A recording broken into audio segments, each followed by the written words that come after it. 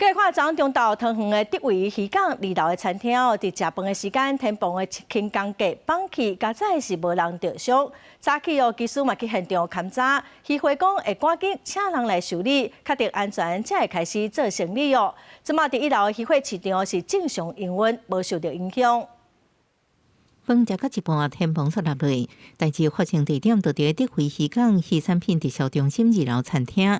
拜三中昼都是食饭时间，疑似建筑物牢固固定伫天棚轻钢架螺丝的所在，暗头落落，结果天棚也崩塌。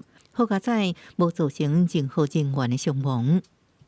昨天出来，上面掉一些石头，这样它好像是慢慢下来，刚好外面还有桌子，就请他们在吃饭，完全就是招待他们。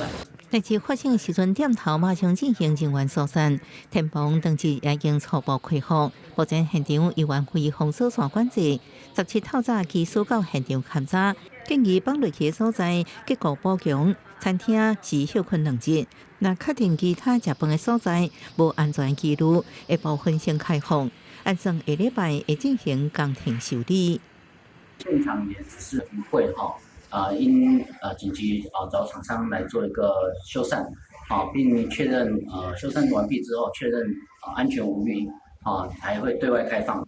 德惠渔港直销中心建筑物已经有28年的历史，渔会每年都会编列预算进行相关修理，也甲市府甲中央争取相关预算。目前已经伫渔港北平起新的直销中心，按算伫115年6月完工，今年下半年会完成启用。记者综合报道。